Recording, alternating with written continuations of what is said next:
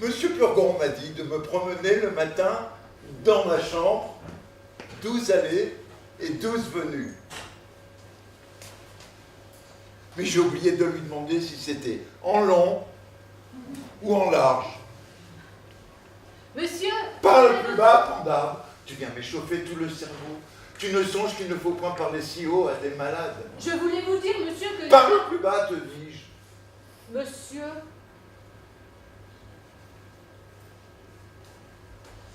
Et... Je vous dis que... Mais qu'est-ce que tu dis? Mais je dis que là-bas, il y a 2 hommes qui veulent parler à vous. Eh ben, qu'ils viennent. Ma foi, monsieur, je suis pour vous maintenant et je me dédie de tout ce que je disais hier. Voici monsieur Diaphorus le père et monsieur Diaphorus le fils qui viennent vous rendre visite. Que vous serez bien engendré. Vous allez voir le garçon le mieux fait du monde et le plus spirituel. Il n'a dit que 2 mots qui m'ont ravi. Et votre fille va être charmée de lui. Restez là, car je veux marier ma fille. C'est m'honorer beaucoup, monsieur, de vouloir que je sois témoin d'une entrevue si agréable. C'est le fils d'un habile médecin, et le mariage se fera dans 4 jours. Fort bien. Allons, qu'on se range, les voici.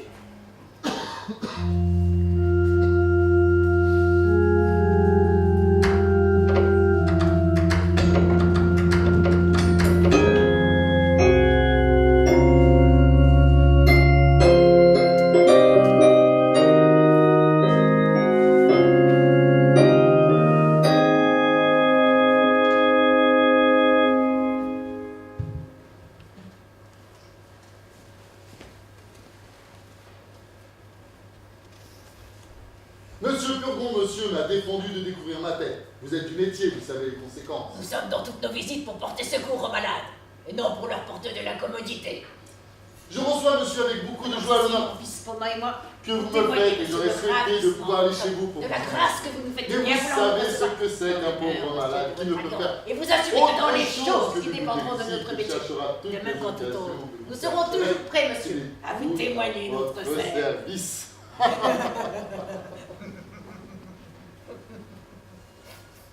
Allons, Thomas, avancez. Faites vos compliments. N'est-ce pas par le père qu'il convient de commencer? Oui. Monsieur, je suis venu saluer, reconnaître, chérir et révérer en vous un second père. Mais un second père auquel j'ose dire, je me trouve plus redevable qu'au premier. Le premier m'a engendré, mais vous m'avez choisi. Il m'a reçu par nécessité, mais vous m'avez accepté par grâce. Ce que je tiens de lui est un ouvrage de son corps, mais ce que je tiens de vous est un ouvrage de votre volonté. Et d'autant plus que les qualités spirituelles sont au-dessus des corporelles, d'autant plus je vous dois. Et d'autant plus je tiens précieuse cette future filiation dont je viens aujourd'hui vous rendre par avance les très humbles. Oh, et très respectueuse hommage. Bravo! Vive les collèges d'où l'on sort si habilement. Cela a-t-il bien été, mon père? Très bien. Allons, saluez, monsieur. Baiserai-je? Oui, oui. Madame, c'est avec justice que le ciel vous a concédé le nom de belle-mère, puisque... Mais ce n'est pas ma femme, c'est ma fille à qui vous parlez. Mais où donc est-elle? Elle va venir. Attendrai-je, mon père, qu'elle soit venue? Faites toujours le compliment de mademoiselle. Mademoiselle, ni plus ni moins que la statue de Mémon rendait un son harmonieux lorsqu'elle venait à être éclairée des rayons du soleil, tout de même me sens animé d'un doux transport à l'apparition du soleil de vos beautés. Et comme les naturalistes remarquent que la fleur nommée héliotrope tourne sans cesse vers cet astre du jour, aussi mon cœur dorénavant tournera-t-il toujours vers les astres resplendissants de vos yeux adorables, ainsi que vers son pôle unique. Souffrez donc, mademoiselle, que j'accroche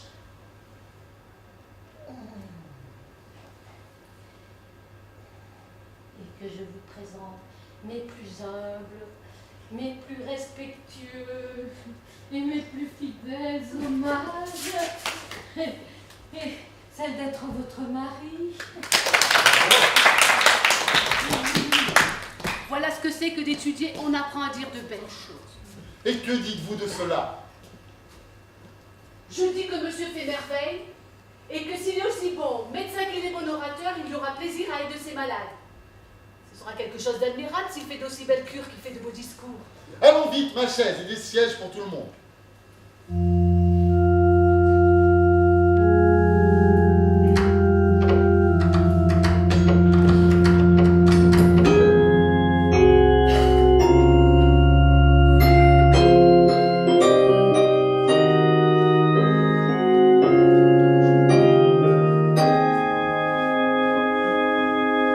Mettez-vous là, ma fille. Vous voyez, monsieur, comment tout le monde admire monsieur votre fils, et je vous trouve bien heureux d'avoir un garçon comme cela.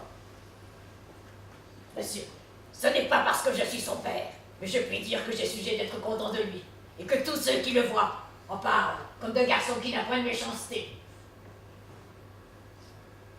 Il n'a jamais eu l'imagination bien vive, ni ce feu de l'esprit qu'on remarque dans quelques hommes. Et c'est par là que j'ai toujours bien auguré de sa faculté de jugement, qualité requise pour l'exercice de notre art. Lorsqu'il était petit, il n'a jamais été malicieux ou éveillé. Bon, disais-je en moi-même, les arbres tardifs sont ceux qui portent les meilleurs fruits. On grave sur le marbre bien plus malaisément que sur le sable, mais les choses y sont conservées bien plus longtemps. Et cette lenteur à comprendre, cette pesanteur d'imagination, est la marque d'un bon jugement à venir. Lorsque je l'envoyais au collège, il trouva de la peine, mais il se raidissait contre les difficultés, et ses régents se louaient toujours à moi de son assiduité et de son travail. Enfin, à force de battre le fer, il en est venu glorieusement à avoir ses licences. Mais sur toute chose, ce qui me plaît en lui, et on pourrait suivre mon exemple, c'est qu'il s'attache aveuglément aux opinions de nos anciens, et que jamais il n'a voulu écouter ni comprendre les raisons et les expériences des prétendues découvertes de notre siècle touchant la circulation du sang, ou autres opinions de même farine. J'ai contre le circulateur une thèse qu'avec la permission de monsieur, j'ose présenter à mademoiselle comme une offrande que je lui dois des prémices de mon esprit. Monsieur, c'est pour moi inutile, je ne connais pas ces choses-là. Donnez, donnez, elle est toujours bonne à prendre pour l'image. Cela servira à parer notre chambre. Avec aussi la permission de monsieur, je vous invite à venir voir l'un de ces jours pour vous divertir. La dissection d'une femme, sur quoi je dois raisonner.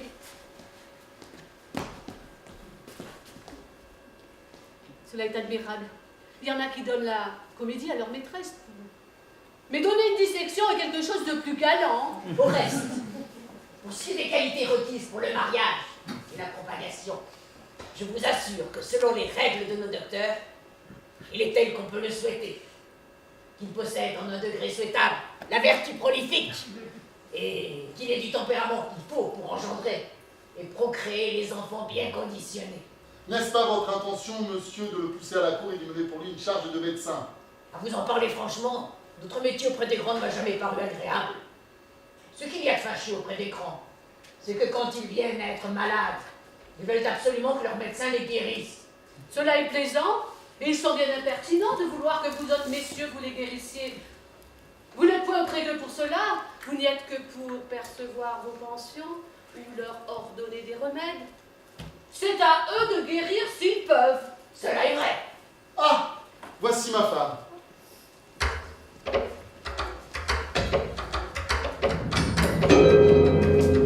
Maman, voici le fils de monsieur Diaphorus. Madame, c'est avec justice que le ciel vous a concédé le nom de belle-mère, puisque l'on voit sur votre visage... Monsieur, je suis ravie d'être venue ici à propos pour avoir l'honneur de vous voir. Puisque l'on voit sur votre visage... Oh, madame, vous m'avez interrompu dans le milieu de ma période et cela m'a troublé la mémoire. Thomas! Réservez cela pour une autre fois.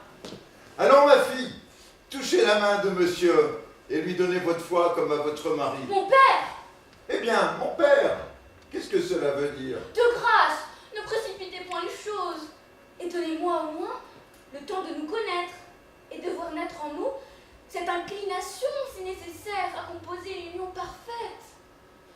Quant à moi, mademoiselle, elle est déjà toute née en moi et je n'ai pas besoin d'attendre davantage. Si vous êtes si prompt, monsieur, il n'en est pas de même de moi. Et je vous avoue que votre mérite n'a pas encore fait assez d'impression dans mon âme. Oh bien, cela aura tout le loisir de se faire quand vous serez mariés ensemble. Et mon père, donnez-moi du temps. Je vous prie, le mariage est une chaîne où l'on ne doit jamais soumettre un cœur par force. Et si monsieur est honnête homme, il ne doit point vouloir accepter une personne qui serait à lui par contrainte. Nego consequentia, mademoiselle. Et je puis être honnête homme et vouloir bien accepter des mains de monsieur votre père. C'est un méchant moyen de se faire aimer de quelqu'un que de lui faire violence. Nous lisons des anciens, mademoiselle, que leur coutume était d'enlever par force de la maison des pères les filles qu'on menait mariées, afin qu'il ne semblât pas que ce fût de leur propre gré qu'elles convolaient dans les bras d'un homme. Les anciens, monsieur, sont les anciens. Nous sommes les gens de maintenant. Les grimaces ne sont point nécessaires dans notre siècle. Et quand un mariage nous plaît, nous savons fort bien y aller sans qu'on nous y traîne. Donnez-vous patience, monsieur. Si vous m'aimez, vous devez vouloir tout ce que je veux. Oui, mademoiselle, jusqu'aux altérés de mon amour, exclusivement. Mais la grande marque d'amour, c'est d'être soumis aux volontés de celle qu'on aime. Distinguo, mademoiselle, dans ce qui ne regarde point sa possession, comme c'est d'autres, mais dans ce qui le regarde, négo. Vous avez beau raisonner. Monsieur est frais et moulu du collège et il vous donnera toujours votre reste. Pourquoi tant résister et refuser la gloire d'être attaché au corps de la faculté? Elle a peut-être quelque inclination en tête. Si j'en avais, madame, elle serait telle que la raison et l'honnêteté pourraient me la permettre. Ouais, je joue ici un plaisant personnage. Hein. Si j'étais de vous, mon fils, je ne la forcerais point à se marier.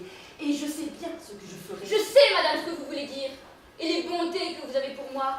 Mais peut-être que vos conseils ne seront pas assez heureux pour être exécutés. C'est que les filles bien sages et bien honnêtes comme vous se moquent d'être obéissantes et soumises aux volontés de leur père. Cela était bon autrefois. Le devoir d'une fille a des bornes, madame. Vous voulez choisir un époux à votre fantaisie. Si mon père ne veut pas me donner un mari qui me plaise, je lui demande au moins de ne me point forcer d'en épouser un que je ne puisse pas aimer. Messieurs, je vous demande pardon de tout ceci. Chacun a sa manière de se marier. Pour moi, qui ne veut un mari que pour l'aimer véritablement, je vous avoue que j'y cherche quelques précautions. Et il y en a d'autres, madame, qui font du mariage une relation de pur intérêt, qui ne se marient que pour s'enrichir de la mort de ceux qu'elles épousent, et courent sans scrupule. De mari en mari, pour s'approprier leur dépouille. Ces personnes-là, à la vérité, n'y cherchent pas tant de façon, et regardent peu la personne. Je vous trouve aujourd'hui bien raisonnante. Et je voudrais bien savoir ce que vous voulez dire par là. Moi, madame, que voudrais-je dire que ce que je dis?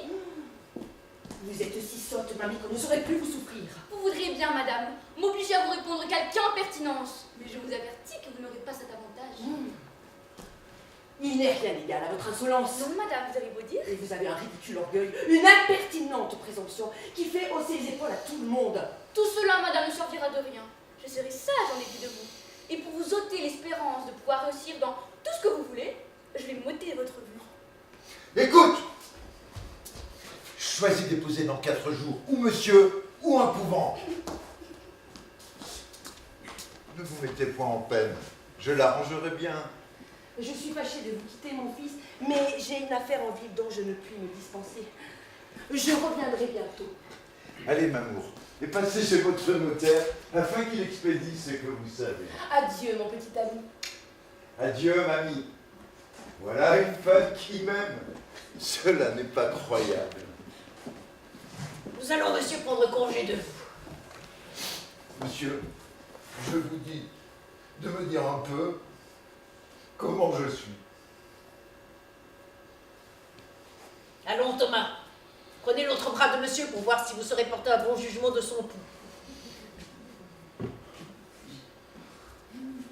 Quid dicis? Dico que le pouls de monsieur est le pouls d'un homme qui ne se porte pas bien. Bon, Qu'il est duruscule, fort bien. repoussant, Bene. même un peu caprisant. Optime. Ce qui marque une intempérie dans le parenchyme splénique, c'est-à-dire la rate. Fort bien. Monsieur Purgon dit que c'est mon foie qui est malade. Eh oui, qui dit parenchyme dit l'un et l'autre. Il vous ordonne sans doute de manger force rôti. Ben non, rien que du bouilli. Eh oui, rôti, bouilli, même chose. Il vous ordonne fort prudemment et vous ne pouvez être en de meilleures mains. Monsieur, combien faut-il mettre de grains de sel dans un œuf? 6, 8, 10, par les nombres pairs. Comme dans les médicaments par les nombres impairs. Jusqu'au revoir, monsieur.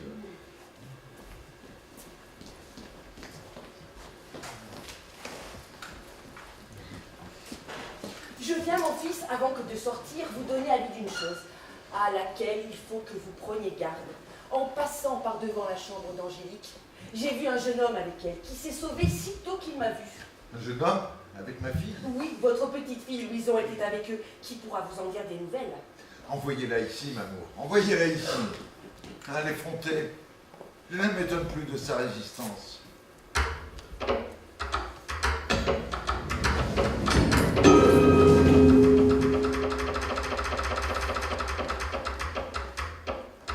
Qu'est-ce que vous voulez, mon papa? Ma maman m'a dit que vous me demandez. Oui, venez ça, avancez là. Tournez-vous. Levez les yeux. Regardez-moi. Hé, Quoi, mon papa? là, Quoi? n'avez-vous rien à me dire? Je vous dirai, si vous voulez, pour vous désigner, le conte de Podane. Ou bien la fable du corbeau et du renard qu'on m'a apprise depuis peu. Ce n'est pas là ce que je demande. Quoi donc? Ah, vous savez bien ce que je veux dire. Pardonnez-moi, mon papa. Est-ce là comme vous m'obéissez? Quoi? Ne vous ai-je pas recommandé de me venir dire d'abord tout ce que vous voyez? Oui, mon papa. L'avez-vous fait? Oui, mon papa. Je suis venue dire tout ce que j'ai vu. N'avez-vous rien vu aujourd'hui? Non, papa. Assurément. Assurément. Oh ça, je m'en vais vous faire voir quelque chose, moi. Ah, mon papa! Ah, petit garce, vous ne me dites pas que vous avez vu un homme dans la chambre de votre sœur. Mon papa! Voici qui vous apprendra à mentir. Je vous demande pardon. C'est que ma sœur m'avait dit de ne pas vous le dire, mais je m'en vais vous dire tout. Il faut premièrement que vous ayez le fouet pour avoir menti. Après, nous verrons le reste. Mon papa! Non, non, Mon pauvre papa, ne me donnez pas le fouet. vous l'aurez. Au nom de Dieu, mon papa, que je ne l'ai pas. Alors, allons. Ah, mon papa, vous m'avez blessé. Attendez, je suis morte. Voilà. Qu'est-ce là? Louison. Louison. Mon Dieu, Louison. Ma fille.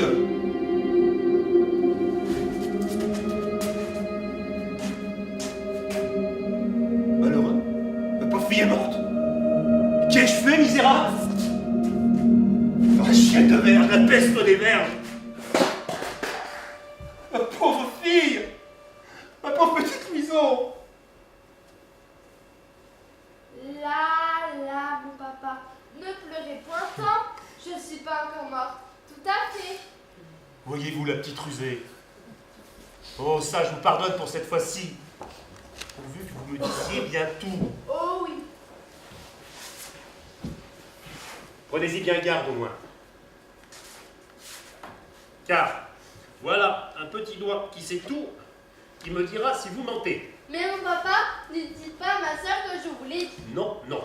C'est mon papa qu'il est venu un homme dans la chambre de ma soeur, comme j'étais. Eh bien, Je lui ai demandé ce qu'il demandait et il m'a dit qu'il était sous maître à chanter. oh non, voilà l'affaire. Eh bien, Ma sœur est venue après.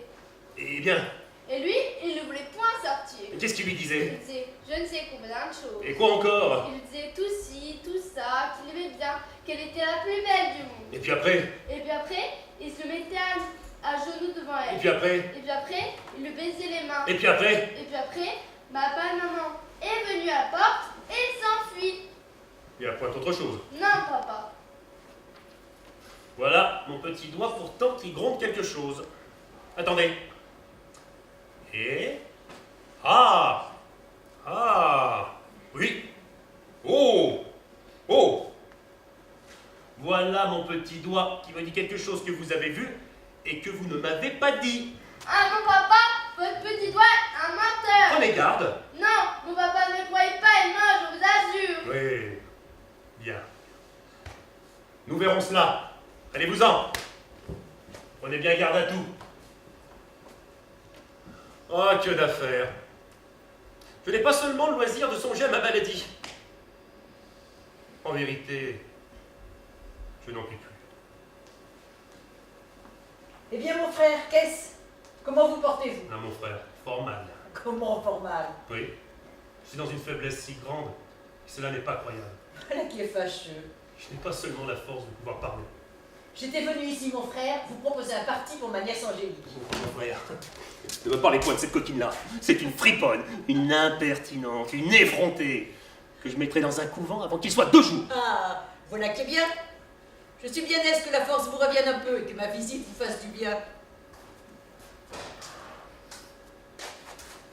Bon, ça, nous parlerons d'affaires tantôt.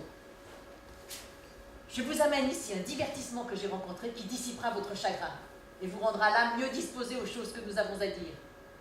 Je suis sûre que vous prendrez plaisir et cela vaudra bien une ordonnance de Monsieur Purgon. Allons!